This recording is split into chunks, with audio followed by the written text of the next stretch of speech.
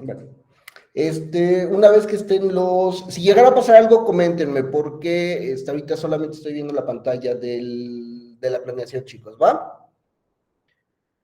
Sí, les voy a ir subiendo los documentos, los materiales didácticos, voy a pedir que existan lecturas previas. Ahorita yo me toca desarrollar el tema, pero sí es importante que vayamos haciendo las lecturas, por favor, ¿va?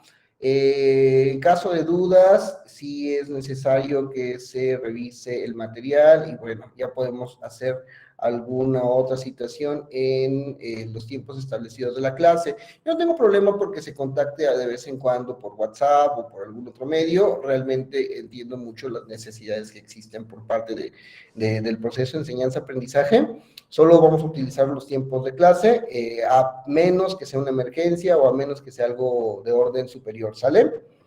¿Quién es el jefe de grupo?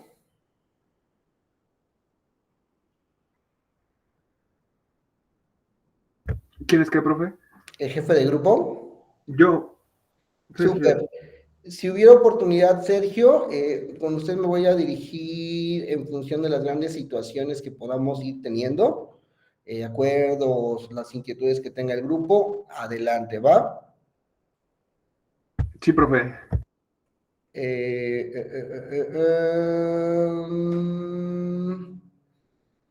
¿Qué otra cosa?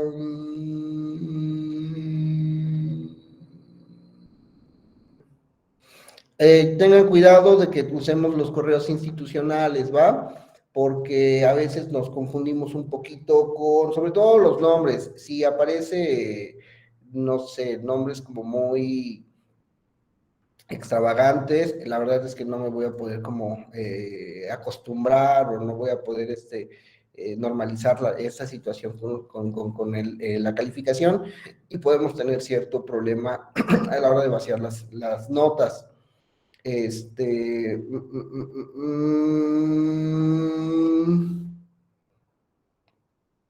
Creo que en general es todo. Repito, si hay oportunidad ponemos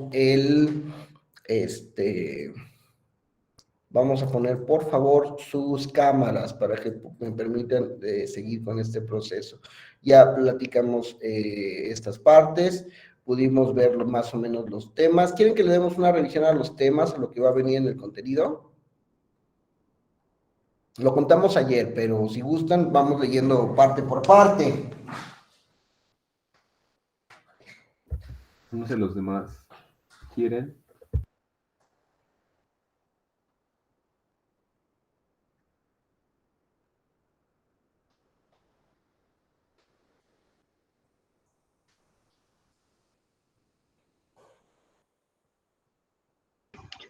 Bueno, yo creo que si surge alguna duda, pues lo podemos comentar en otro momento, o sea, podríamos pasar a otro tema, no sé, como ustedes gusten. Pues si Sí, quieren. mejor, ¿no? O sea, bueno, igual yo lo voy a leer como a mi tiempo, entonces no hay tanto problema, pero no sé, si a alguien le dé flojera leer o algo, también es válido. No, pues. Ay, pues lo podemos checar nosotros. ¿De qué me perdí? Que no, pero podemos seguir si quiere. Vale.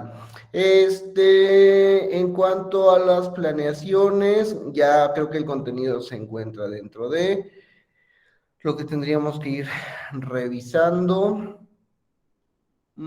Pero vamos a la propuesta de calificación. Gustan, lo podemos ir modificando en este momento, ¿vale? Se van a tener 4 actividades dinámicas. La primera es un mapa conceptual de qué es la neuropsicología y de qué rama se apoya, ¿va? Dejo abiertas las fechas de entrega porque vamos bueno, para que se tenga mucho tiempo del uso de la calificación, ¿sale? En general vayan trabajando a su ritmo. Repito, lo que me interesa más es que exista el proceso de enseñanza-aprendizaje antes que pues, la normativa gruesa de las calificaciones. Sí pido que utilicemos las fechas de entrega necesarias para que no haya mayor problema de alguna situación con confusiones o con que demeritemos el esfuerzo de los compañeros que sí entregan el trabajo a tiempo. Fuera de ello, tengamos como cuidado con eso, ¿sale? La primera actividad va a ser un mapa conceptual, que lo vamos a encontrar en los primeros capítulos del libro de Portellano. Casi este es va a ser nuestro libro de texto, que es como, está muy sencillito, está muy bien organizado, va a ser un organizador gráfico sobre las diferentes formas en que existen al acercamiento a las neurociencias. La unidad 2 no va a haber un producto, pero sí en la 3, en donde voy a pedir que exista un glosario de las unidades para que tengamos como manejo de lo que vamos a estar revisando. A veces vamos a encontrar muchos términos, chicos, muchísimos términos extraños o raros, que repito, si tuviéramos un poco más de agrado, un poquito más de susceptibilidad, a lo mejor en semestres avanzados tendríamos como ya mucha cultura para manejar estos términos, pero no necesariamente nos va a, lo tenemos en este momento, pues es su primer año de formación, ¿sale? Hay igual lo podemos ir observando en el libro de Portellano y les voy a colgar un libro específico para que tengan ahí como mayor referente de los términos. En la actividad 3, perdón, la tercera actividad es de la unidad temática 4, es un ensayo. Voy a pedir un ensayo de por lo menos 600 palabras de la película Still Alice. ¿Alguien ya la ha visto? ¿Cuál, prof? Siempre Alice, o en inglés Still Alice. No, profe. No. Es una señora que desarrolla un proceso de demencia a temprana edad. Más o menos la demencia se empieza, es más probable a partir de los 65 años, pero esta persona la empieza a los 40 y pico. Hay que ir checándolo, ¿sale? Hay que revisar hay que ir revisando o responder para este ensayo qué influencia tiene la memoria en nuestra personalidad, valores y derechos como personas. ¿Va? Y la última actividad es la unidad 5, en donde se va a hacer una aplicación de una entrevista neuropsicológica. En ese caso vamos a buscar un niño que pueda tener una necesidad distinta, una necesidad de escolar, a lo mejor es un chico que tiene por ahí déficit de atención o que tiene problemas conductuales en la escuela, o puede ser a lo mejor alguna persona que está teniendo problemas para identificar su atención y su memoria, ¿va? ¿Hasta este momento alguna duda? No, prof. No, profe. Vale. Hay dos actividades más que son sensibles a la evaluación. Vamos a ver cómo se van a evaluar los siguientes parciales. Vamos a tener 3 parciales. En el primer parcial se va a calificar mapa conceptual, glosario de términos y la calificación del examen parcial. Mi propuesta es 40%, 20% y 40% en escala de 10. ¿Qué opinan?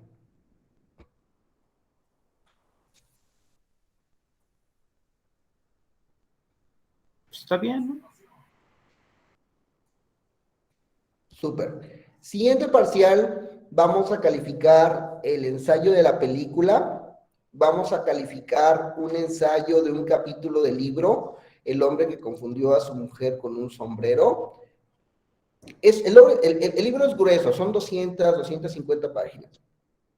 Pero lo que tienen que hacer es identificar uno de los casos, son algo así como 12 casos, 17 casos, no lo recuerdo en este momento, en donde el autor habla de una manera novelizada la forma en la que va a estar el usuario, ¿sale? O sea, por ejemplo, aparece la historia de una persona que por algún accidente automovilístico empezó a confundir rostros y salía a la calle y no era capaz de reconocer al panadero que había vivido en la cuadra durante muchos años, ni era capaz de reconocer a sus hermanos. menos a su mujer. Una vez entró a su casa y estuvo haciéndole la plática a un perchero que tenía un sombrero, pensando que era su mujer, porque perdió esta habilidad. Entonces, que se llama prosopagnosia. Dentro de esas características, aparece como muy novelizado la historia, cómo surgió el accidente, qué es lo que vivían las personas a lo largo del tiempo.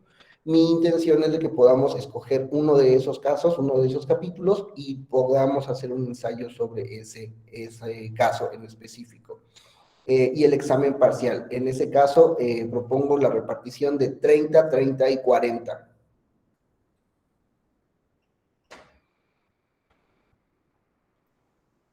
¿Qué opinan? Sí, profe, está bien. Súper. Ya para la evaluación final, vamos a tener una exposición de clase.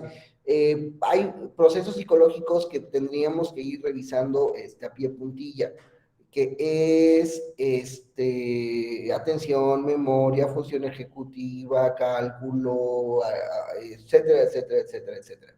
Son como 7, 8 procesos, lo podemos dividir en grupo. Entonces, la exposición en clase va a ser 20%, la aplicación de la entrevista neuropsicológica va a ser otro 20%, y la calificación del examen departamental, que ese examen departamental ya tiene un peso durante la evaluación, pero lo podemos utilizar para poder tener el complemento de la tercera evaluación, y así evitar un examen parcial ahí. ¿Qué opinan? Sí, profe. Si se dan cuenta, están bastante reguladitos, no le doy tanto peso a los exámenes, pero sí es importante que hagamos las actividades en clase. ¿Dudas, preguntas?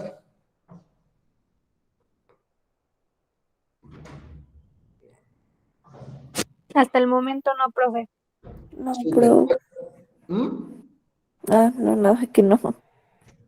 Ok, cualquier cosa, Sergio, con mucho gusto, un correíto y lo vamos observando, perfilando, ¿va? Sí, profe, entonces un correo. Correíto o un WhatsApp. Va, mejor le paso mi WhatsApp.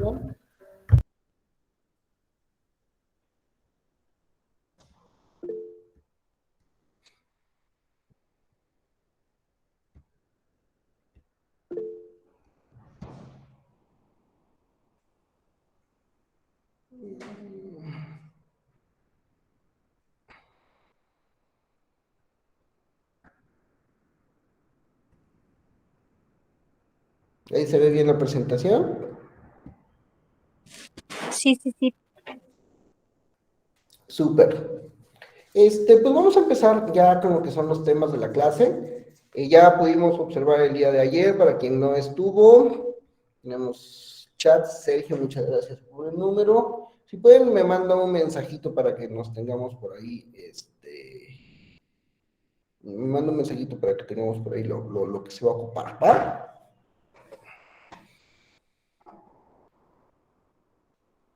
Y bueno, ya nos presentamos el día de ayer. El primer correo que aparece es mi correo personal, pero procuren utilizar el institucional, ¿sale? Les soy franco, lo leo un poco menos, pero con mucho gusto para cualquier tarea, que cerró la plataforma, que tuvimos algunas dudas, etcétera, etcétera, lo vamos programando de ese lado, ¿va? Sí, profe. Y bueno, vamos a ir poco a poco observando ya, entrando en materia. El objetivo general de la asignatura es analizar los conceptos que explican evaluación y exploración neuropsicológica. Vamos a ir paso a paso. ¿Qué es evaluación y exploración, chicos? ¿De qué creen que trata esta materia? Y agarramos el objetivo para poder darle cierto seguimiento.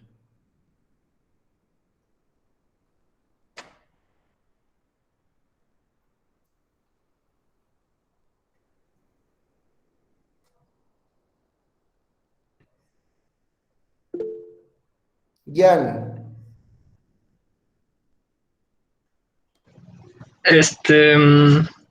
Pues yo creo que es como todos los fenómenos que ocurren en el cuerpo de cada individuo y cómo afectan esto a su psique, por así decirlo.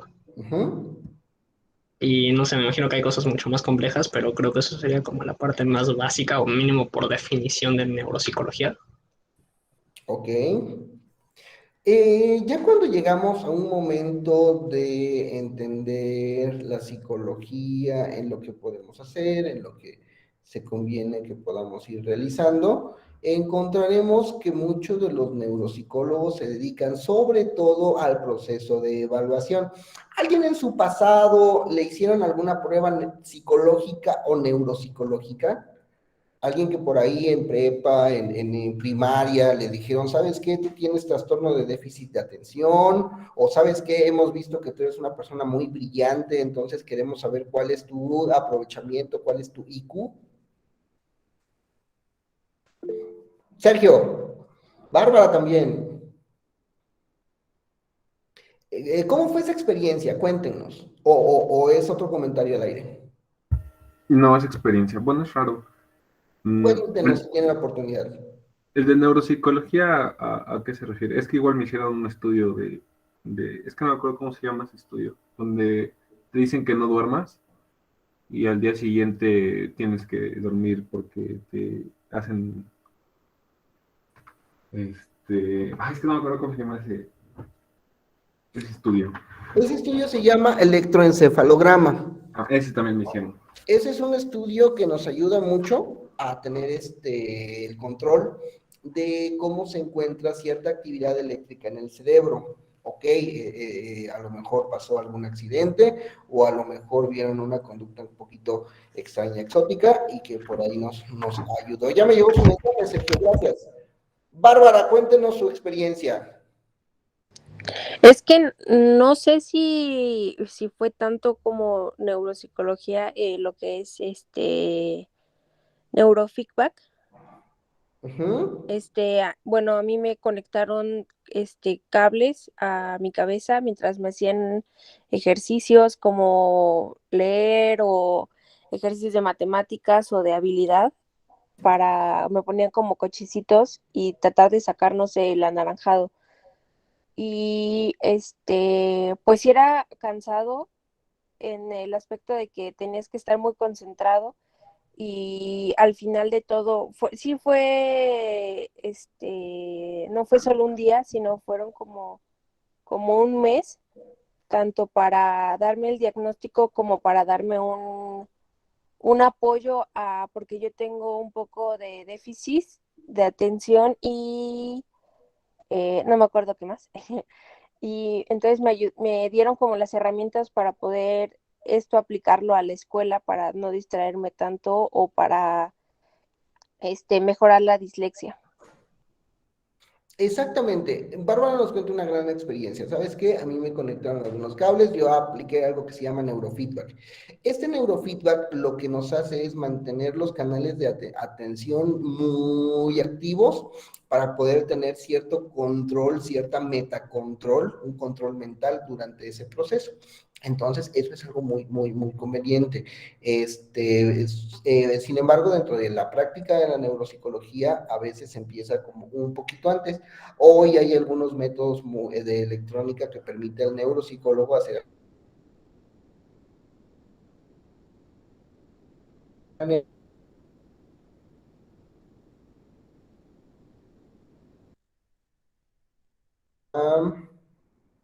me fui un ratito, ¿verdad? ¿Ya regresé? Ya, profe. Ok. En la década de los 60 había unos procedimientos que se llamaban terapia electroconvulsiva, que eran esas cosas como súper extrañas, en donde se ponían los cables, los electrodos, y hacía que la gente se le metía como electricidad al cráneo. No es tan aparatoso como sale en las películas, pero actualmente todavía sigue utilizándose para algunos trastornos. En ese caso, sí son situaciones que tendríamos que ir observando cuál es la mecánica, cuál es la forma, pero sí, entra dentro de la exploración y la evaluación. Vamos a encontrar otros términos más complicaditos, entre ellos, Valorar los alcances y limitaciones que se presentan durante la valoración neuropsicológica de tipo cuantitativo y cualitativo. ¿Alguien me puede decir en clase si les suena esos términos? Vamos a explorar, vamos a evaluar. Muchas veces se va a entender al neuropsicólogo como psicólogo que aplica pruebas, pero estas van a ser de carácter cualitativo y cuantitativo. Jan.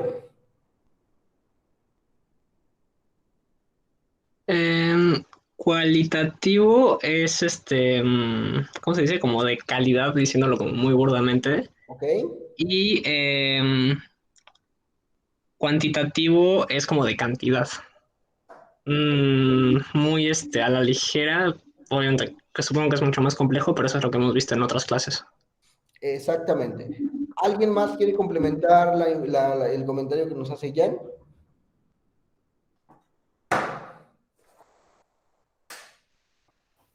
Pues lo de cualitativo es más igual como características, ¿no? O sea, mucho más, bueno, una respuesta más abierta y más extensa que nada más como un cuantitativo que es como números y así. Bueno, yo digo, yo es lo que sé.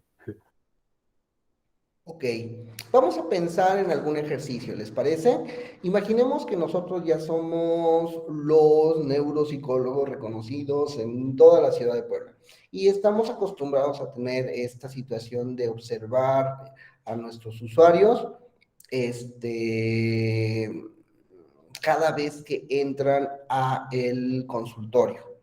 Entonces nos vamos a dar cuenta que hay ciertos rasgos que hacen los usuarios en que nosotros podremos observar si la efectividad de nuestros procedimientos es adecuada o no. Y vamos a aplicar de manera mental la prueba del picaporte. Esto es un ejemplo, no existe la prueba del picaporte, ¿sale? Pero es para poder ejemplificar esto que estamos observando. Entonces, un día va a entrar América Mozo al consultorio y nos vamos a dar cuenta que no importa el trastorno que traiga, no importa la situación que exprese, nosotros nos vamos a observar hacia qué lado de la perilla del picaporte gira. Si vemos, porque nuestra experiencia sí nos ha dicho, que América gira 2 veces el picaporte, vamos a ir registrándolo. Y vamos a ir observando durante todas las consultas que asista América, cuántas veces gira el picaporte. Eso significará que nos va a interesar más la parte cuantitativa y observamos que las personas mientras más giren la perilla, mientras más vuelta le den, mientras más apertura tengan en una puerta para entrar o no, nos va a dar información cuantitativa de saber cómo es que las personas hacen algo. Pero si también nos podría interesar otros movimientos de esta puerta, si es a la derecha, si es a la izquierda, ¿me explicó? ¿Dónde entrarían las exploraciones cualitativas? En entender los rasgos que no necesariamente se puntúan, pero sí se observan en su calidad o en su forma de realización. Por ejemplo, si un día América llega enojada y abre 2 veces el picaporte, está entrando dentro de la cuenta probabilística de hacer las cosas. Pero si azota la puerta, es diferente. Pero si hace movimientos pausados y lentos, es diferente. Pero si hace una apertura exabrupta, es distinto, ¿sale? Si bien una parte cuantitativa nos está marcando la prueba, otra de observación clínica nos está dando lo cualitativo. Pensémonos en pruebas reales. ¿Quién conoce la definición de CI?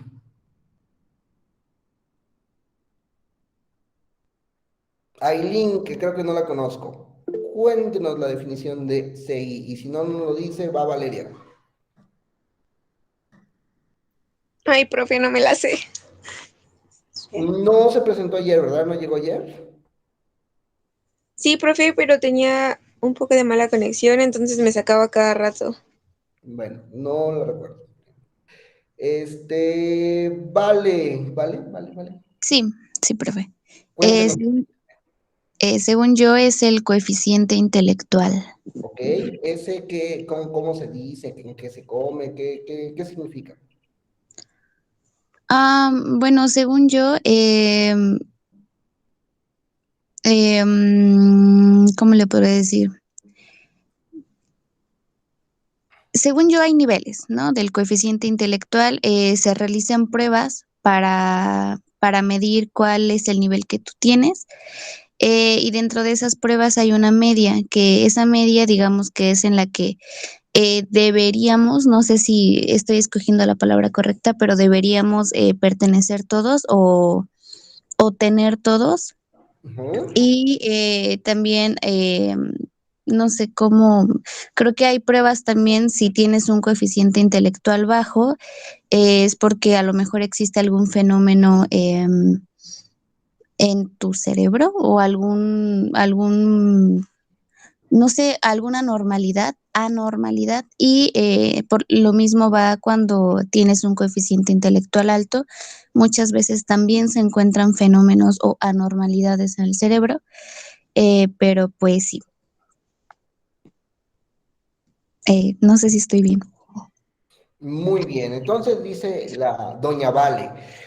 Mauricio, hasta en perros hay razas, o sea, sí hay mucha capacidad intelectual, hay niveles de capacidad intelectual, hay una puntuación en donde se supone todo deberíamos de tenerla, que ese es un CI de 100.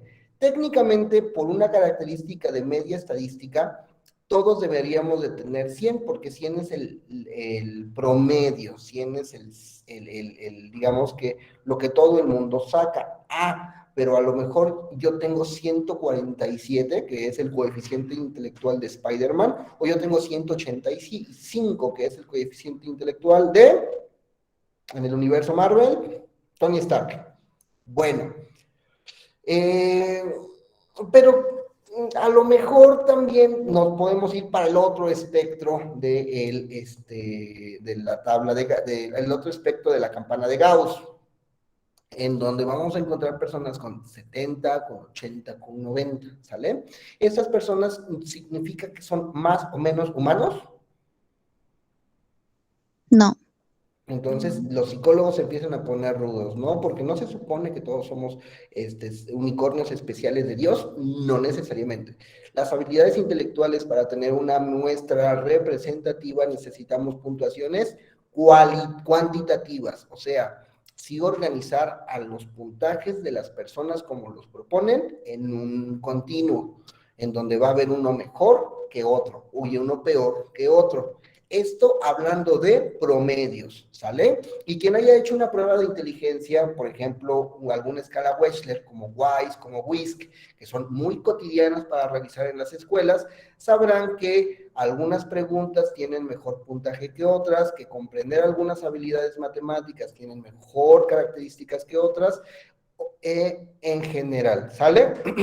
Oye, y seguramente Evelyn me va a hacer la gran pregunta del millón. Entonces, Evelyn, ¿cree usted que es posible que haya mejores o peores personas en función de su CI?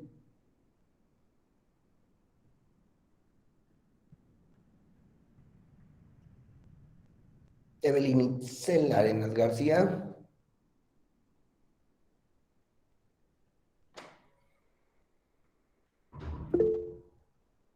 Ok, dice, no lo sé muy bien, como que no me suena mucho la situación. Abra su micrófono, chicos. Recuerden que es una clase online y que necesitamos tener las cámaras prendidas y que necesitamos tener la participación. ¿Sale?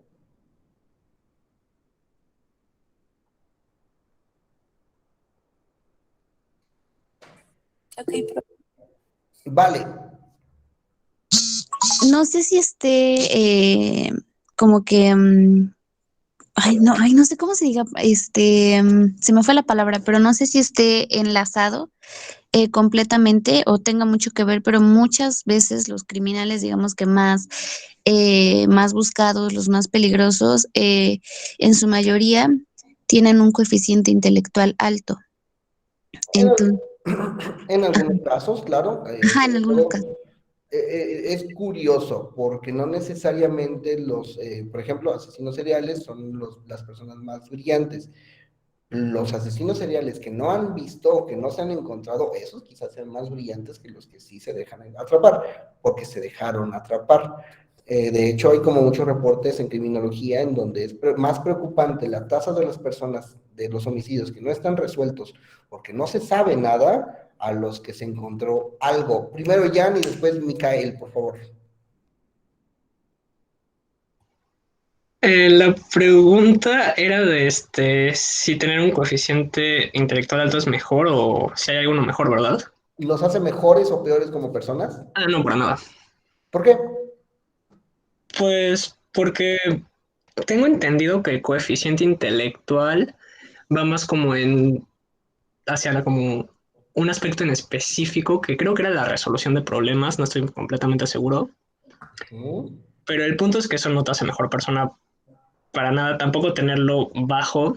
O sea, en ese caso, lo mejor, entre comillas, que igual es una falacia, yo creo, sería estar como en la media. Pero pues si no, no tiene nada que ver con la calidad de una persona, en mi opinión. A lo mejor una persona puede decir, no, sí es mejor tener un coeficiente intelectual alto porque así eres más inteligente y no sé, dominas el mundo. Si quieres dominar el mundo, pues date. Yair, su comentario. Yo digo que depende, ¿no? Porque, por ejemplo, los psicópatas generalmente tienen problemas, digamos, como disociativos o trastornos, y eso a la larga, pues también como que disminuye su calidad de inteligencia. Entonces, y ya los que sí tienen son los sociópatas. Entonces yo digo que también depende de las circunstancias en las que se desenvuelve. Eso sumado más la capacidad, pues es como de decir, no, pues sí, no sé si mediante... Bueno, lo que yo he visto en documentales, que sí, la mayoría de los que hacen así de asesinos o esas cosas tienden a ser más impulsivos y no a pensar tanto las cosas. Por lo que sé, pero también depende en el entorno en que se desenvuelve. Exacto. Hay unas teorías que se llaman teorías de teorías de las inteligencias múltiples. A veces este frío número de CI no te va a generar una perspectiva específica de lo que representa o no las habilidades de una persona para solucionar problemas, que la solución de problemas es, digamos que la definición más básica del concepto de inteligencia. América. Oli, no sé si la levantó Sergio primero. No lo vi tampoco. Teco, échenos su comentario. No, pues nada, es referente a lo que si tener el coeficiente intelectual alto o bajo nos hace bueno o malo. Yo digo que no, porque pensándolo, bueno, ahorita pensándolo, no sé, está el ejemplo de Forrest Gump, tenía el coeficiente intelectual bajo y nunca, bueno, o sea, no fue como tal una mala persona o no era así como que tenía pocas oportunidades, ¿no?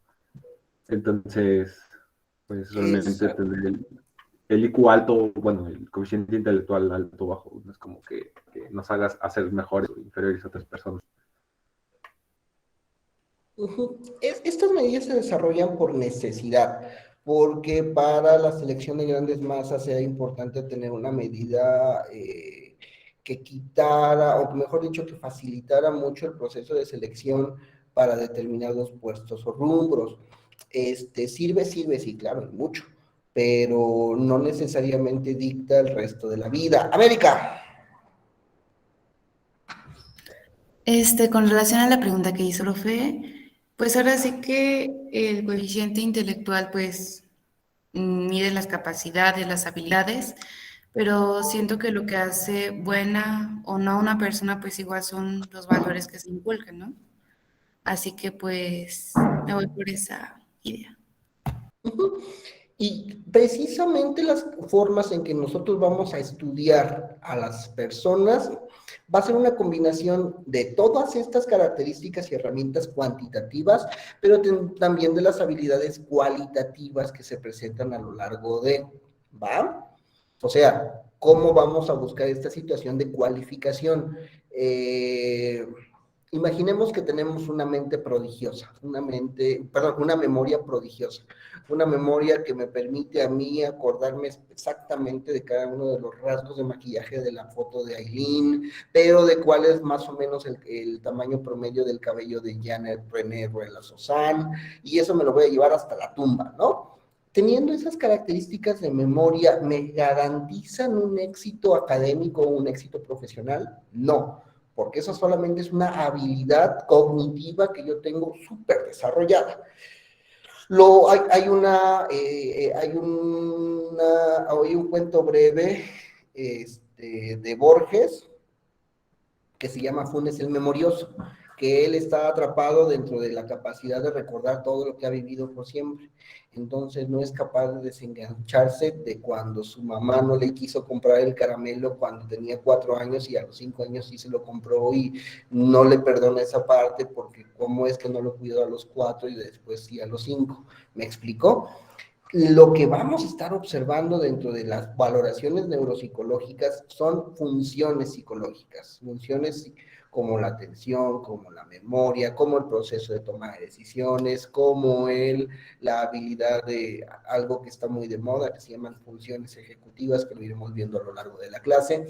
Pero eso no necesariamente significa que vamos a tener por esas mediciones cuantitativas las características de expresión de nuestros usuarios, de nuestros pacientes, sino en la parte cualitativa que se va a observar sobre todo a la manera de que se erra o se hace algo, vamos a tener ciertos momentos. Pongamos un ejemplo ya para poder pasar al resto de las cosas, porque digamos que las primeras clases sí son de mucho choro para que podamos ir comprendiendo el concepto de neuropsicología. Un voluntario. Vamos a hacer un pequeño jueguito. Un voluntario, chicos, chicas. Checo, responde esta pregunta. No se vale escribir nada. Pedro es más alto que Pablo, pero menos que Luis. ¿Quién es el más alto?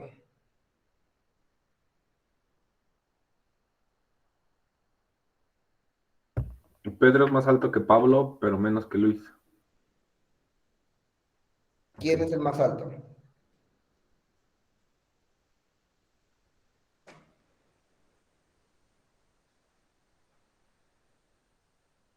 No sé, siento que es de esas, como acertijos donde debes de decir, soy yo, porque algo así. Tania.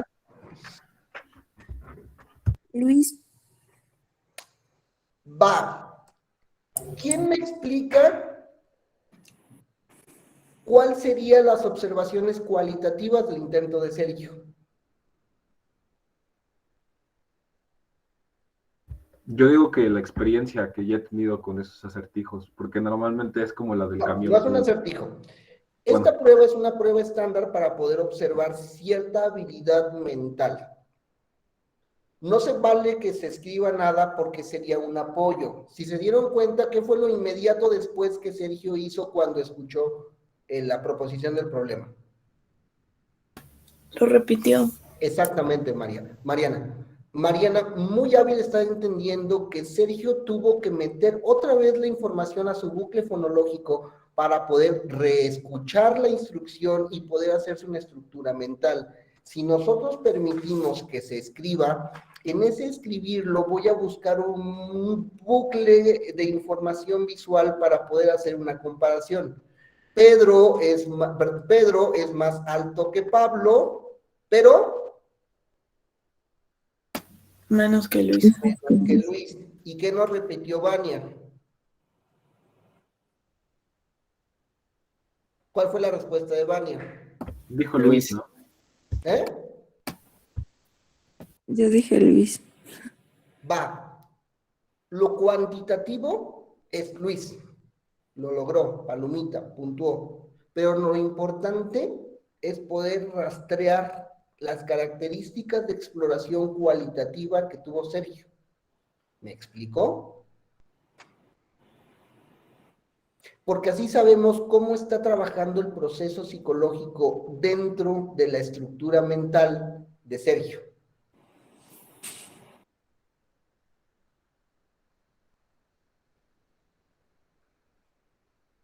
¿Quién tiene niños chiquitos en casa? Yo. Oye, Sergio, va a ser un interesante curso para usted. Niños chiquitos de menos de 9 años. También yo. Yo.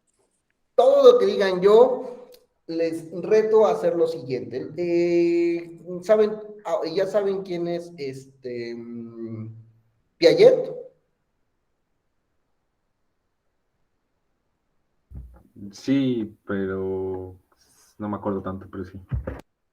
Bueno, Piaget es un autor básico en los primeros años de la carrera, porque es el que nos permite entender cómo son los procesos de desarrollo del niño, los procesos mentales y cognitivos del desarrollo del niño, ¿sale? ¿Ustedes son las mismas personas que lo fueron cuando tenían 4, 5, 6 años? No.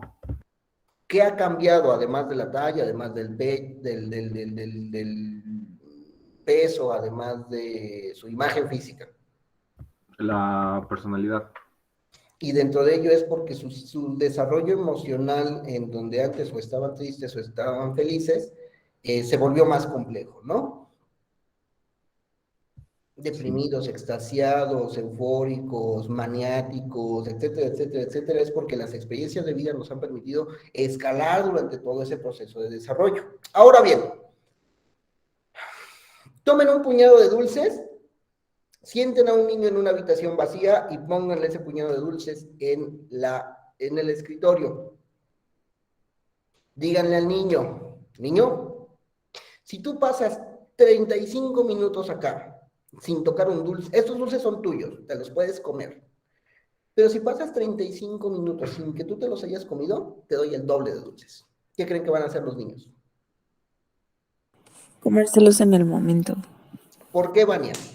Claro, muy lógico, ¿no? Son míos mis dulces, acá están, pues agarra, ¿no?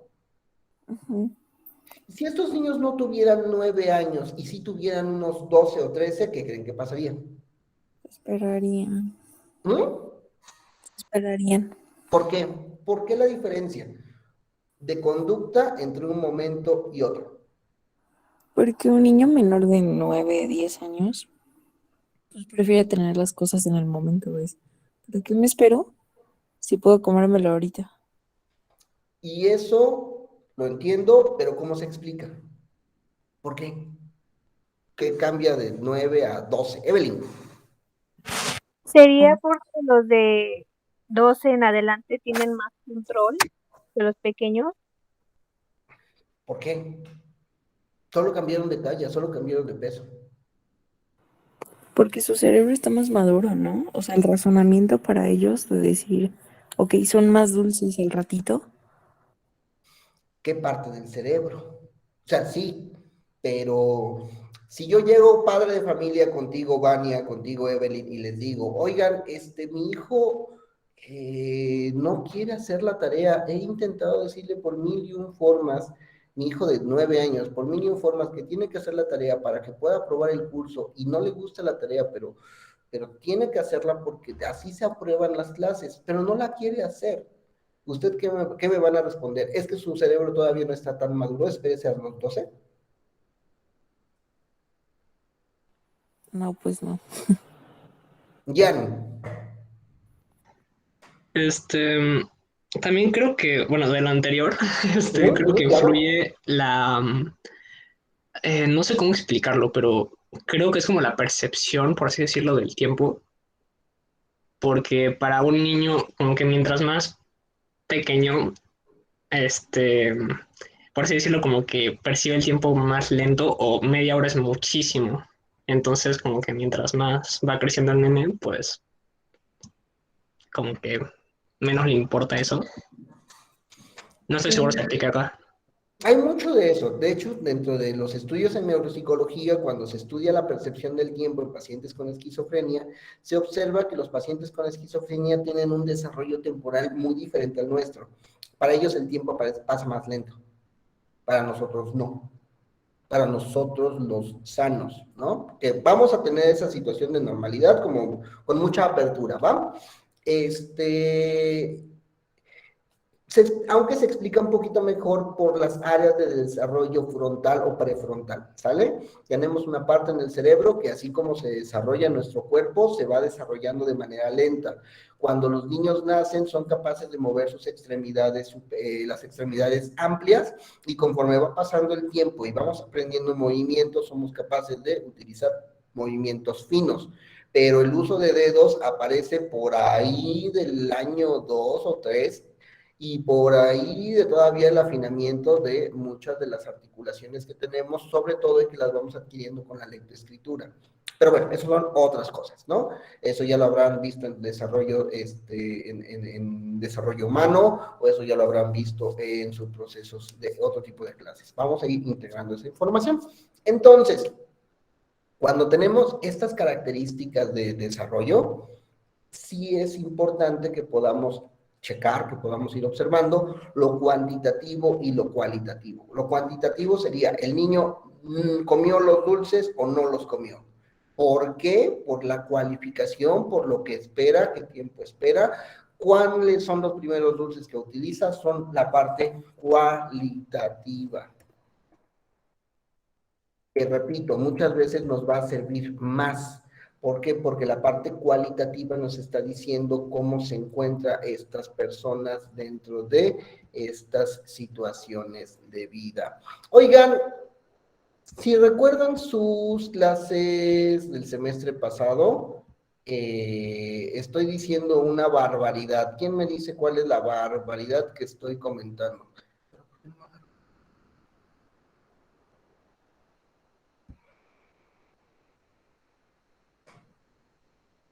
Dependiendo de qué. ¿Cómo sabemos que una persona piensa o cómo sabemos que una persona sabe? ¿No se supone que eso era otra cosa? O sea, que es difícil saber que una persona sepa algo.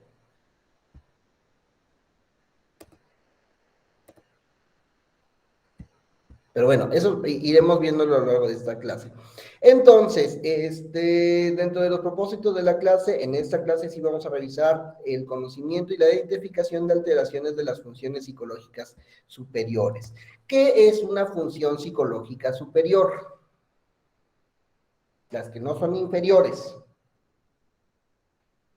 ¿Cuáles son las funciones psicológicas? Quitémosle los apellidos. ¿Qué sería una función psicológica, muchachos? Cuéntenme.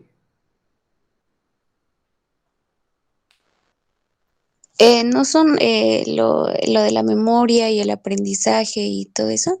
Sí, de forma ruda, de forma gruesa, cada vez que nosotros digamos función psicológica, podemos pensar en la memoria, podemos pensar en el aprendizaje, podemos pensar en la atención, podemos pensar en la percepción, ¿sale? Pero este término psicológico puede darnos una trampa. Se supone que lo psicológico solamente es de lo humano, se supone que lo psicológico solamente es de la persona, ¿no? ¿Qué otra cosa, qué otras habilidades, qué otras características tenemos nosotros como humanos? Pues el lenguaje, ¿no? El lenguaje es complicado, de hecho me ganaste un argumento que valdría la pena que lo checáramos en clase, pero vamos unos más básicos. Las emociones, estar alegres es de lo humano, es una función psicológica. Sí. No, sí. Los Pero no sentimientos. solamente del humano. ¿Mm? Que no solamente del humano. A ver, cuénteme el chisme, Vania, creo que está muy avanzado usted. Ah, no, pues es que en realidad yo no, o sea, no lo sé como muy bien, pero he escuchado y he leído más o menos que también los, digamos, animales se basan en emociones. Justamente de ahí vienen como el cómo reaccionan a las cosas. O sea, tú les haces algo, entonces, por ejemplo, no sé, tú le pegas a un perro, ¿no? Entonces, él va a reaccionar de dos maneras, o se enoja contigo, o, digamos, se siente triste o regañado porque pues eres su dueño. Entonces, o sea, son como las reacciones de los animales. Bueno, es más o menos lo que entiendo. Exacto. Y esa era parte de la trampa del argumento. ¿Creen que los perros tengan memoria? Sí, también. Sí, Sí. Porque Creo no que sí. solamente el procesamiento emocional. Llego a la casa y mi chihuahua me asalta y me dice, wow, wow, wow, ¿cómo estás, Mauricio? ¿No? Karime, buenos días. Buenos días. Es que pensé que no teníamos clase ahorita, porque en el horario no me apareció, no sé por qué, y apenas ahorita me di cuenta. No se preocupe, a mí me pasó ayer lo mismo. Gracias. Sí. Entonces el chihuahua se acuerda de mi rostro, el chihuahua se acuerda de mi olor, el chihuahua se acuerda de mis rasgos físicos, ¿no? Y que les causa una emoción, que les causa una respuesta emocional, alegría o tristeza en algunos momentos. El chihuahua, ¿creen que sea capaz de, por prestar atención a algo? Sí, Sí, Por supuesto, Sí. ¿no? Oigan, y no sé, entonces, ¿cuál sería la diferencia entre las funciones psicológicas del humano y las funciones psicológicas de los mamíferos? podría ser, por ejemplo, que nosotros controlamos nuestro instinto. Bueno, es lo que se me viene a la mente. Si yo le digo al chihuahua, siéntate, el chihuahua se va a sentar. El chihuahua también se controla y el chihuahua está muy lejos de ser humano. Primero Varia, después Gian, por favor. Pues el razonamiento, ¿no? Esa es la diferencia. O Ok, sea, Vania, si yo agarro un periódico y le digo al chihuahua, no te orines en el tapete, y lo hago consistentemente durante mucho tiempo, ¿creen que el perro razone a no hacerlo? Jan, pero que no se contaría más como condicionamiento, prof. y cada vez que yo te pido que hagas una tarea y tú no la haces, ¿qué te va a pasar? Ah, pues me puede regañar, ¿no? Me baja puntos o así. Entonces, ¿te conviene o no te conviene hacer la tarea? Ah, pues sí. Ah, ok, ya entendí. Aguas. Todos estos son planteamientos bastante amplios, la verdad, digo muchas falacias mientras los propongo, pero repito, el chiste de acá es empezar a movernos hacia donde los quiero llevar a algún lado, aguántenme dónde vamos. Primero Jan, después Mariana, después Mijael. Bueno, primero sí creo que el hecho de decir una falacia no es necesariamente malo porque muchas veces eso te lleva como a obtener una respuesta, entonces por mí no hay ningún problema.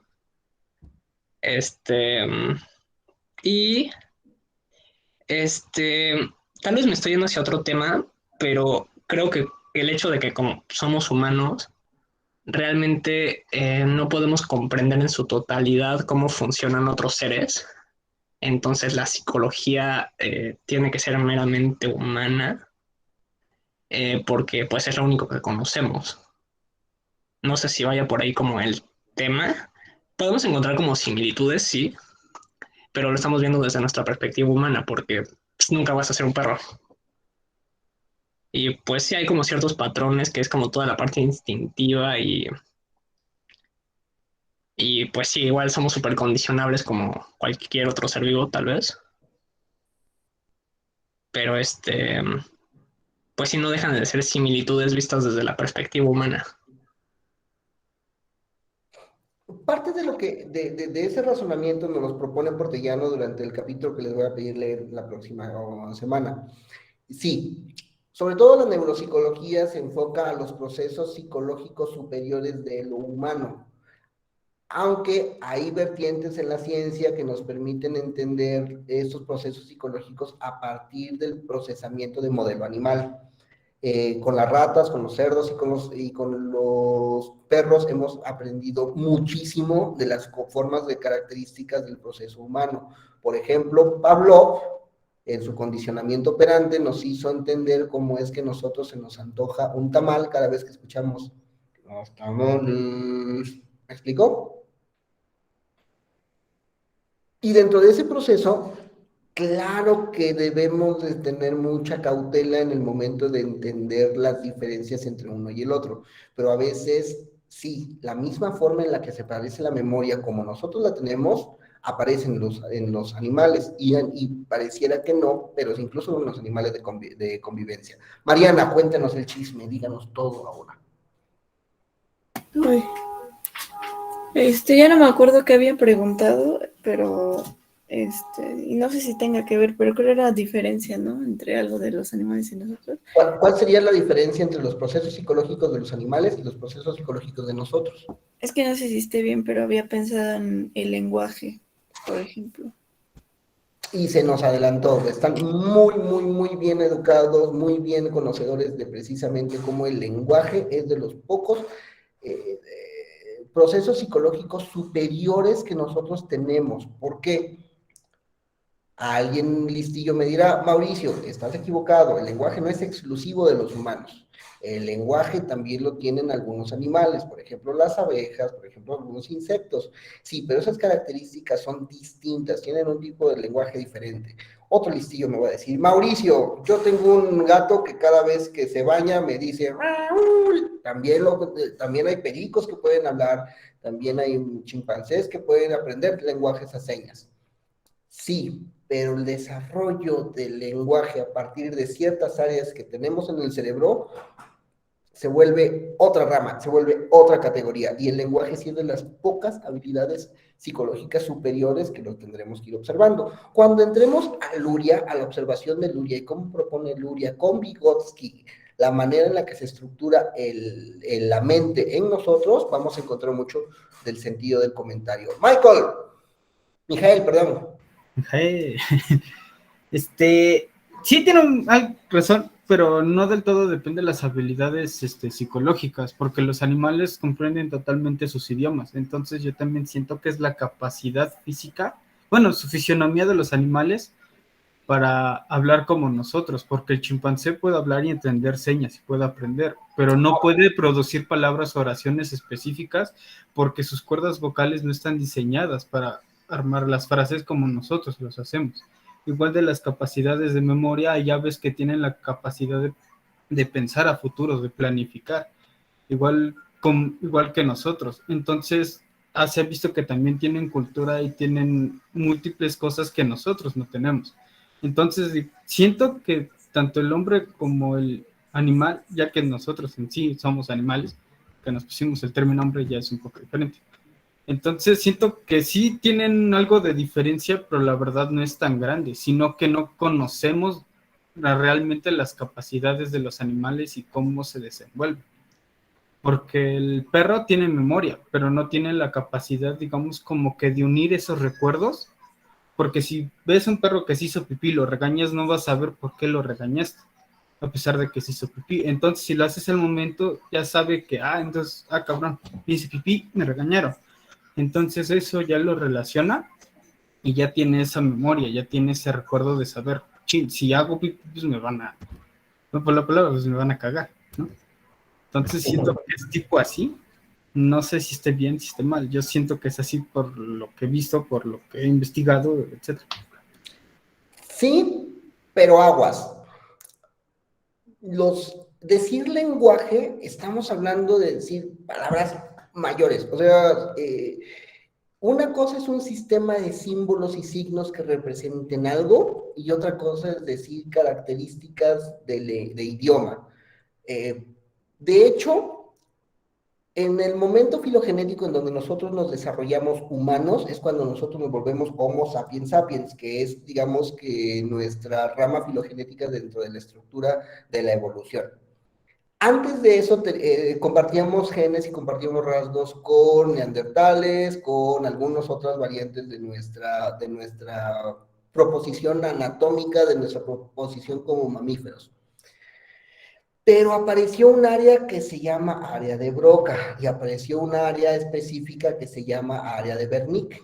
Estas áreas en nuestros cerebros nos permitieron entender que algo tiene un sentido, tiene un significado y se puede representar de determinada forma. Ejemplo, chicos, ¿qué significa?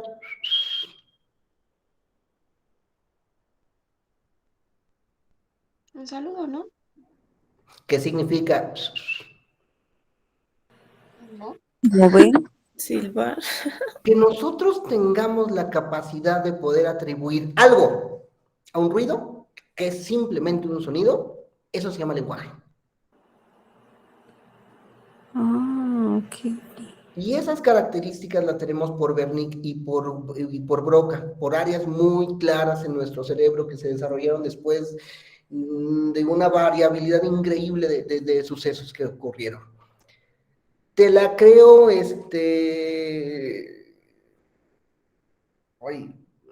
¿por qué me quitan mi apoyo? Te la creo, Mijael.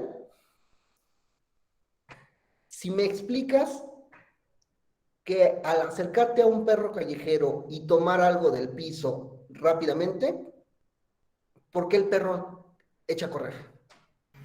Porque ve ve el momento en que tomas la piedra y se la lanzas, entonces ya la asimila con el dolor causado. No se la lanzas, solo la tomas. Por eso, porque anteriormente hay perros que sí, que hay perros que ni siquiera te pelan, porque no se te quedan viendo en que hacen eso. ¿Por qué unos sí y otros no? Por digamos que la vivencia que tuvieron en ese tiempo. Por ejemplo, los callejeros, hay unos que les haces así y se echan a correr. Y hay otros que lo haces y no se te quedan viendo, porque al perro que se echó a correr tiene el recuerdo de que le lanzaron la piedra, vio el momento en que la tomó y se la lanzaron. ¿Es un recuerdo? Recuerdo y como, más que nada es como se me olvidó, es como la inteligencia del ratón, de que evita el dolor. Se me fue. El perro es capaz de resolver problemas y va a decir, mira humano, si tú me das ese piedrazo yo te voy a demandar con derechos animales. Pues no, pero o sea, sí. Aguas, mira, lo comento, de eso se trata la psicología, o sea, si tú eres capaz de explicar ese proceso a nivel fisiológico, te prometo que te ganas un lugar en los libros de la ciencia y tu nombre estará escrito por el resto de la historia. Grandes científicos rusos, por ejemplo, utilizando de nuevo el nombre, Pavlov, lo único que lograron explicar es cómo el perro tiene hambre. Y para eso lo logró después de 20 años de trabajo científico. Si tú hoy me dices, pues es que el perro tiene recuerdos porque es listo, o sea... No es listo, sino que sí, digamos que resuelve ciertos problemas, ciertos inconvenientes. Por ejemplo, cuando un perro tiene hambre y, por ejemplo, es de casa y también depende, digamos, creo que el ambiente en el que se desenvuelve, qué es lo que hace un perro. En mi caso, tienen hambre, van o me arañan o me muerden o hacen así en la bolsa, la rascan para que diga, güey, tengo hambre, voy a comer. Entonces, igual ciertos animales se ha visto que usan herramientas para, digamos, llevar más amenas o resolver un problema que tienen. Por ejemplo, los chimpancés, no me acuerdo qué monos comen nueces. Algunos lo hacen con piedras o... Aguas, Miguel. Un perro está diametralmente diferentes a los chimpancés. Y sí, el chimpancé es capaz de utilizar herramientas, pero el perro no. El uso de herramientas es una característica de la inteligencia. Ajá, y por ejemplo, pero el perro no solo chimpancés, sino elefantes.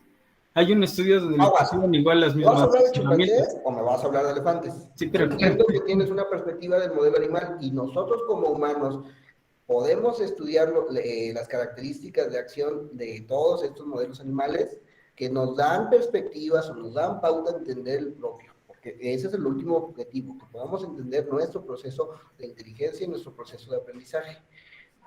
Pero una cosa es una cosa y otra cosa es otra cosa. Va muy bien. Nada más que mi responsabilidad como profesor es pararlo antes de que sigamos agrediendo a nuestros grandes ancestros psicólogos del pasado. Daniela. Sí, bueno, hay un libro bastante bueno que se llama ¿Qué nos hace humanos? Que es sobre como esta pregunta de qué nos diferencia. Y en sí, o sea, es como, somos parecidos a su manera, pero nuestro cerebro, nuestra corteza cerebral es más grande y eso conlleva que tenemos más pliegues y como más, como, ajá, más pliegues y más arrugas. Entonces eso lleva como más inteligencia y por eso nos hace como un poco más diferentes, como más pues, grandes, se podría decir. Exacto, Dani. Y esas arrugas se dan porque el desarrollo de nuestro cerebro, de nuestro encéfalo, está sometido a un espacio específico. No es como los que van al gimnasio que dicen, mira, baby, cada vez tengo mi bíceps más grande y no me cabe en la playera. Te cambias la playera y listo. Y puedes ponerte tan ponchado como te lo permita tu proteína. Pero el cerebro tiene una barrera que se llama cráneo. Entonces no podemos desarrollar más grande el cerebro. ¿Y qué es lo que la naturaleza hace para que nosotros podamos seguir desarrollándolo? Implosiona. Entonces se vuelve arrugado y esas arrugas permiten que haya más superficie para que sí pueda crecer ese tipo de estímulos. Qué divertido, ¿no? La vida toma camino, dirían los de Jurassic Park. Entonces, sin embargo, también dentro de estos diferenciadores de los modelos humanos y de los modelos animales, nos da una gran pauta ya, y Mijael, que no nos había dicho nadie más, la cultura. La cultura es parte de lo que nos hace humanos. Y hay profundas pláticas filosóficas entre entender si nosotros somos los que generamos la cultura o la cultura genera lo que somos nosotros. Dichos en palabras llanas, somos lo que somos porque estamos como estamos, o estamos como estamos porque somos lo que somos. Pero iremos viendo a lo largo de la clase. Y entonces, tanto en niños como adultos, ya vimos los dos grupos que vamos a estar checando, datos recabados durante la anamnesis con las alteraciones manifestadas durante el transcurso de la evaluación, ¿sale? Entonces, este curso nos vamos a ir platicando sobre las características de los procesos psicológicos, vamos a medir estos procesos psicológicos y vamos a dar una evaluación de la persona a la cual le medimos los procesos psicológicos. ¿Qué va a ser lo más difícil de esta clase? Entender y discriminar perfectamente qué es un proceso psicológico superior. ¿Sale? Ya vamos con el tema, muchachos. 80% de las actividades, 80% de la plataforma y nunca tendremos problemas. El trabajo final va a ser la aplicación de una prueba neuropsicológica, que regularmente va a ser el Neuropsi, y la realización de un reporte neuropsicológico en la entrevista del reporte neuropsicológico. ¿Dudas, preguntas? Primer tema, lugar de la neuropsicología en la ciencia. Y después de haber visto un poquito, más o menos en todos lados, lo que representa la neuropsicología, el tema 1 nos va a hacer reflexionar a través del método deductivo, inductivo, el alcance de la neuropsicología en las neurociencias y el rol que desempeña en relación a las demás áreas del conocimiento con el fin de caracterizar su impacto en el proceso terapéutico del paciente. ¿Dudas, preguntas, inquietudes? No, profe. Vale, Vania, explíqueme qué es deductivo e inductivo.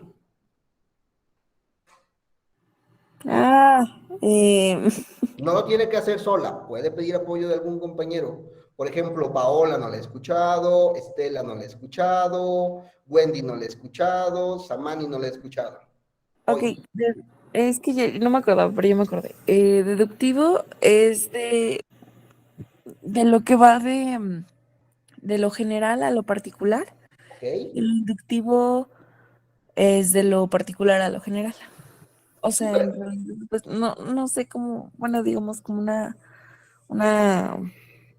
aseveración, como incluso, pues, no sé, un ejemplo, pero que va así, o sea, en ese orden de primero del particular a lo general y viceversa. Con la intervención magistral de Mijael, tenemos un ejemplo de ello. No todos los perros callejeros te corren a las piedras. ¿Eso qué es? Particular, ¿no? Porque fue diciendo que de los chimpancés y los elefantes, y ya fue siendo más general. ¿Ok? Eso fue de lo general, mamíferos, a lo particular, humano. Va. ¿Y eso es?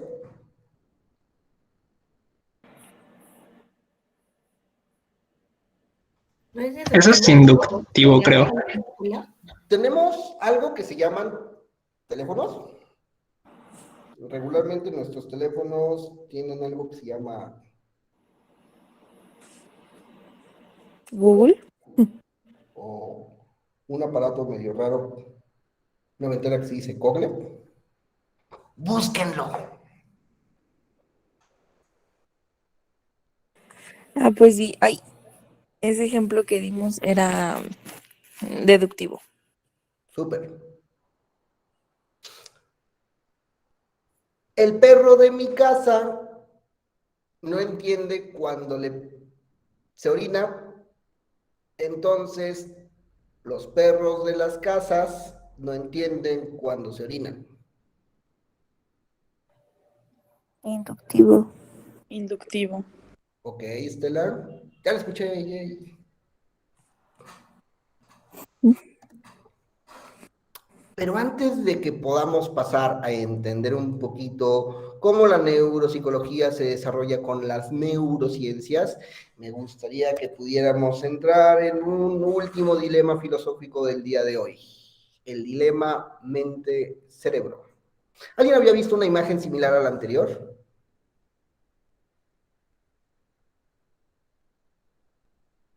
Bueno, la que se está poniendo ahorita. No, profe. Ok. Este es un esquema de cómo es que Descartes entendía por ahí de 1600 cómo es que nosotros tenemos imágenes mentales. Algunas personas pensaban que teníamos como una pequeña réplica dentro de nuestras cabezas de las cosas que iban pasando, ¿no? Y para muestras, cierren sus ojos y piensen en la última vez que cacharon al ex con el mensaje raro, o piensen en la ocasión en que sus papás los felicitaron, o en que encontraron traición en su mejor amigo. No sé, algo. ¿Qué van a encontrar? Casi una representación de los hechos, de los momentos, del acto, como si fuera algo teatral, escenográfico, ¿no? Sí.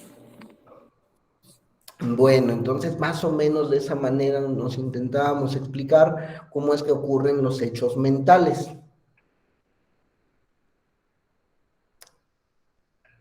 Chicos, ¿qué están estudiando en psicología?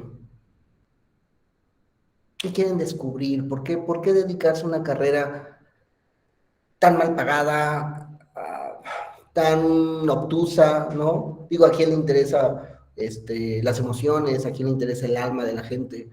Pues mejor no me pongo a vender tamales y ando en un trocón, ¿no? Para muestra, váyanse a cualquier facultad y vean cómo pre-pandemia ganaba más el que vende el café o el tamal al profesor universitario que va contra el cielo y contra la nieve y contra la lluvia.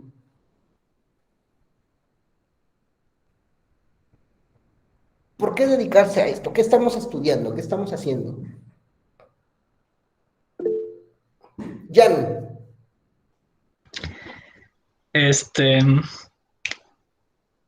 Bueno, no sé, yo ya me resigné a la pobreza, entonces, pues ya valió eso. Pero, pues no sé, está divertido, creo. Es muy Entonces, divertido. creo que le doy más valor a eso que a, no sé, a comer. Pero, no sé, yéndonos por definición, creo que griega, tiene que ver como con el estudio del alma o de la mente, por así, como haciendo la comparativa. ¿Por qué hacemos lo que hacemos? O sea, como toda esta parte, eh, tal vez no tan observable como a simple vista o que requiere como un análisis más complejo. Y así. Súper, me hizo mi viernes, Jan. Estela. Jay. Porque, pues es que yo siento que ahorita ya a nadie le importa el porqué de cómo es o así, entonces, bueno, yo elegí psicología porque pues a mí sí me importa, porque la gente es como es y tratar de entenderla un poco mejor. Entonces, es como el estudio de la mente y siento yo que al entender un poquito la mente podemos sanar el alma un poco. Pregunta, Estela. ¿La Sí. mente es diferente del alma? Sí. ¿Cómo? Bueno, yo siento. ¿Dónde está una y dónde está la otra? Ay, no, profe, no me pregunte eso porque no me sé explicar, pero Pues pues es que no, o la le mente es prometo. parte del alma, a lo mejor. ¿Otra vez, disculpe? La mente es parte del alma, a lo mejor. Es que siento que no es lo mismo. Siento que a lo mejor es parte de. O tal vez me estoy equivocando, no sé. Ah, usted échele, no pasa nada. Mire que Descartes pensaba que teníamos una obra de teatro en el cerebro. Descartes, ¿no? Ahí dejó dibujos, o sea, estaba todo el tipo. Y es que siento que no es lo mismo. O sea, a lo mejor es parte de, pero no es exactamente lo mismo. Una de las definiciones más bonitas que tenemos en psicología es sí que es la ciencia que estudia el alma. Qué bonita frase, qué bonita expresión, el alma. ¿Qué es el alma? Vamos metiéndonos en broncas, ¿va? Wendy. No porque se vaya al fondo por su nombre significa que no la presta atención. ¿Qué es el alma? Ayúdenle a Estela.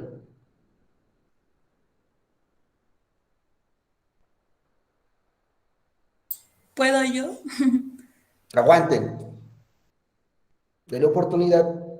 Es que ya se desconectó. Ya no nos quiere, Wendy. Ni modo. Paola, Vania y Jan han estado participando, necesitamos más voces. Ah, bueno, según yo es una esencia inmaterial, pero también depende mucho de las creencias espirituales que tengamos, ¿no? Ok. O sea, el alma está desconectada en función de la religión que poseemos. No es la misma alma la de un cristiano que la de un musulmán, que la de un judío. Pues no sé si sea lo mismo, ¿no? Pero creo que le dan diferente significado. Aguas. Que esto sea para mí blanco no significa que para usted sea rojo. Esto es. Entonces, no se preocupe, Wendy. Bueno, échenos de su ronco pecho. ¿Qué es alma? O escríbalo, cualquiera de las dos. Solo dé señales de que está viva, por favor. Así como Samani, porque igual. Perdón, profe. Oiga, ¿puedo hablar o puedo? Yo creo que el alma sí es como para todos igual, ya sea no dependiendo de la religión o de nuestras creencias, porque, bueno, o no, porque es individual, entonces, chin. O sea, su alma es única, especial, No, pero diferente a mi alma o diferente al alma de Vania o de Jan. mm, El diablo tiene muy mal negocio, entonces. Otra cosa es que no sabe qué son.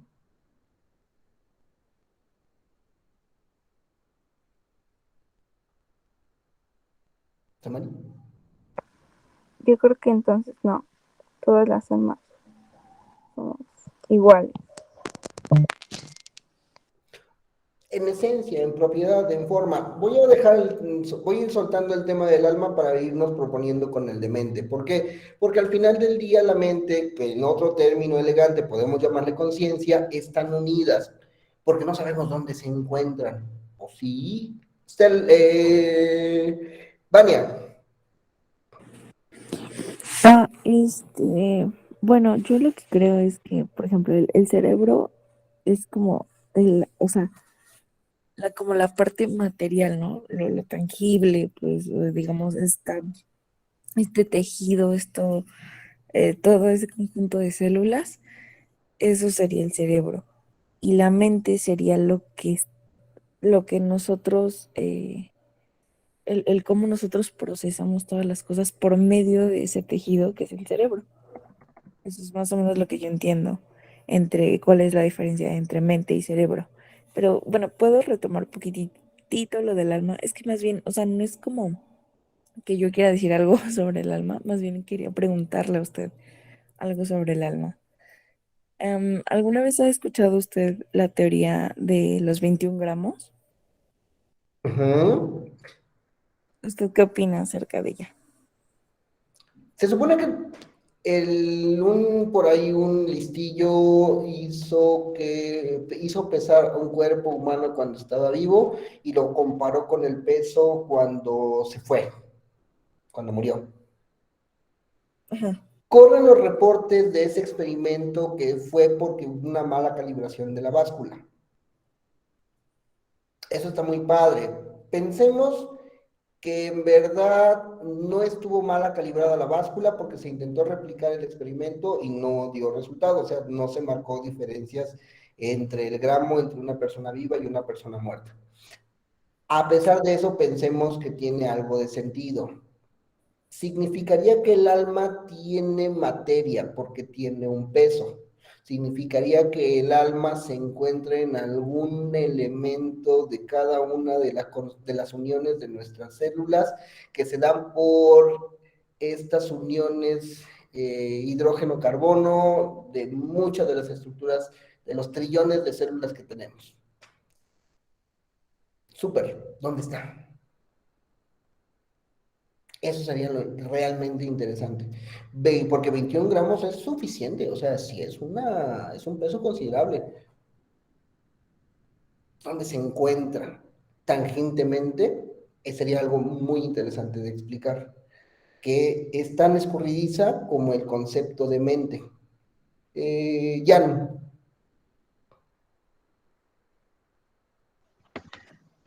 La verdad es que no estoy seguro si se puede explicar algo así, o tan siquiera si se tenga que explicar, simplemente por el hecho de lo relativo que es.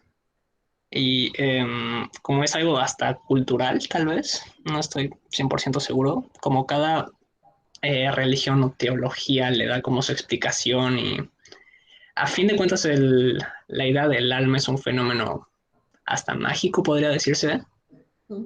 No podremos dar una explicación científica. Y en el momento en el que le demos una explicación científica, pues ya va a dejar de ser lo que es. Ok. Entonces, Este argumento lo propone San Agustín, un gran filósofo de precisamente todos estos experimentos, y en eso tiene mucha razón. Las cosas son lo que son. No es lo mismo la fe que el cientificismo. Sin embargo, mucho de lo que usted está dispuesto a hacer el resto de los próximos años en una carrera universitaria va en contra del argumento que ha propuesto. No Sí, sé completamente. estudiar algo que no se entiende le quite las propiedades a eso que no se entiende, sino que usted está haciendo una contribución a esta parte de la ciencia, que de hecho la neuropsicología es de las pocas ciencias en donde de forma axiomática se procura investigar de manera rígida, o por lo menos cuestionable.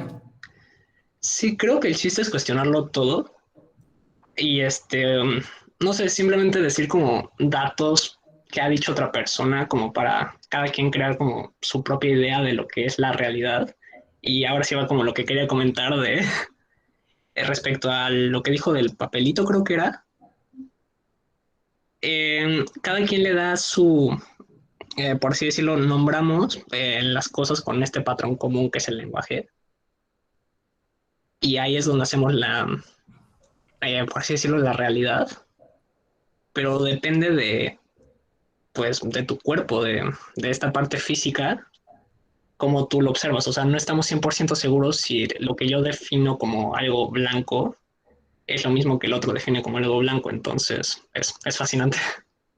Ya tengo un reporte porque si no me confundo yo solito. Don Jan, ya tenemos que sacar el chorrito de la hierba vaciladora porque cada vez se pone más profundo este asunto, Jan. Usted muy bien. Estela. Ya me acordé.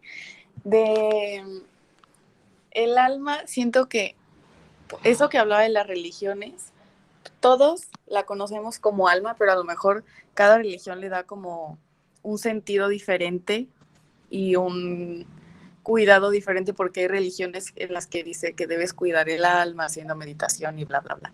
Entonces, a lo mejor para todos es lo mismo, así como decía el papelito, para todos es blanco, pero cada quien le da su sentido. Y el alma, siento que también creemos que la tenemos por ese voto de fe que le damos, porque a lo mejor no la podemos ver y no la podemos ni siquiera ver en un microscopio, por ejemplo, pero tenemos la esperanza a lo mejor de que la tenemos porque no la podemos ver. No sé, creo que ya me hice bolas, pero creo que la idea va por ahí. Alguien, ya para ir cerrando la clase, porque creo que valdría la pena que ya nos tomemos un descansito. Alguien por ahí comentó, ¿sabes qué? Entiendo la característica de alma en función de la mente sobre la estructura que se llama cerebro. O sea, el cerebro es lo que nos va a permitir captar, cachar, procesar todo eso que representa, que si bien no sé, puedo atribuir a mente, puedo atribuir a conciencia, puedo atribuir a espíritu, puedo atribuir a alma. ¿Por qué utilizo el término de alma? No porque yo sea religioso en extremo, sino porque por concepto de definiciones, la psicología es el estudio del alma. Va. Alma, conciencia, como que gusten y manden llamarlo, ¿no? Sin embargo, durante el proceso de esta clase nos daremos cuenta que no importa los daños que pueda sufrir el cerebro, mantenemos en mayor o menor medida las personas que somos. Mantenemos en mayor medida el ser humano que podemos ser, que podríamos llegar a ser o que fuimos. Entonces, si el alma, si la mente no está en el cerebro exprofeso, ¿dónde está? Porque hay personas que andan viviendo una vida normal y regular con medio cerebro. Hay personas que tienen disparos de bala y siguen hablando. Hay personas que tienen impactos automovilísticos y no se les olvida el pasado lejano, pero sí el pasado presente, el pasado más cercano. Entonces, entendiendo las grandes problemáticas, hay personas que sufren infartos en el cerebro y que dejan de percibir olores, pero recuerdan esos olores en los sueños. Entonces dices, ¿de qué se trata? Si a una totalidad yo le quito una parte, deja de ser la totalidad. Entonces, ¿de qué estamos hablando? ¿De qué se trata la vida? ¿A qué venimos? ¿Quién soy? ¿Por qué estoy aquí? Bueno, ya esas son otras preguntas filosóficas, ¿verdad? Pero más o menos de eso se trata precisamente, ir entendiendo la parte de la neuropsicología a lo largo del proceso de acción. Vamos a ir parando la clase, muchachos. Les pido un favor. Voy a colgarles el material.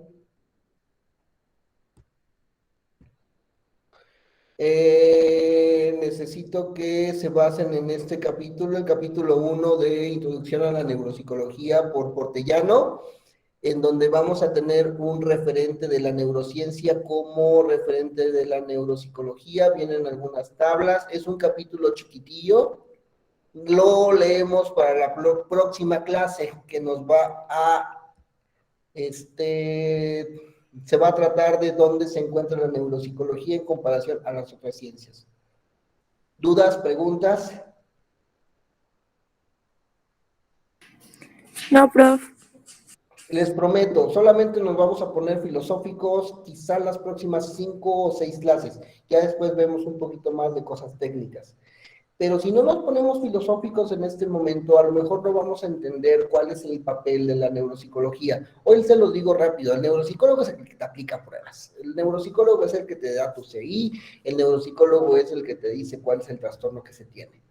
Pero para llegar a eso, necesitamos comprender qué estamos viendo. Y si nosotros no comprendemos las características de la percepción, de la memoria, de la atención, de la toma de decisiones, etcétera, etcétera, etcétera, lo que significa realmente en nosotros, dónde está, por qué se formó, cómo se generó, no vamos a poder entender el sentido de las pruebas. Jan. Bueno, mi única duda es para lo del proyecto final. O sea, como que me estoy yendo muy lejos, pero bueno, no tanto. Pero tenemos que conseguir había dicho una persona, bueno, un niño como con ciertas características, ¿no? ¿Qué pasa si no, o sea, según yo no conozco o no lo tengo como a mi alcance, pues, como para experimentar, entonces, o sea, tendría que investigar Puede ser un adolescente o puede ser un adulto, ¿eh? No pasa nada. Hay que aplicarle una batería de pruebas, o sea, vamos a aplicarle algunas preguntas, y eso se va a transformar en un reporte. Si tienes algún hermano, algún tío, algún conocido, funcionaría. Ok. Aunque Sí, no tengo que encontremos checar. un problema, simplemente aplicarlos para tener la práctica. Ok. Digo, para que tampoco sea como tan tedioso.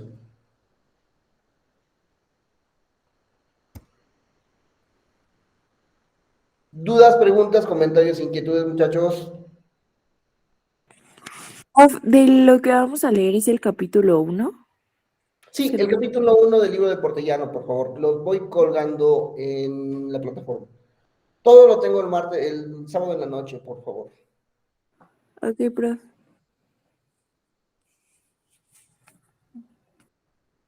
Hablen ahora o callen para siempre, muchachos. No, creo que no, profe. Súper. Termino la grabación.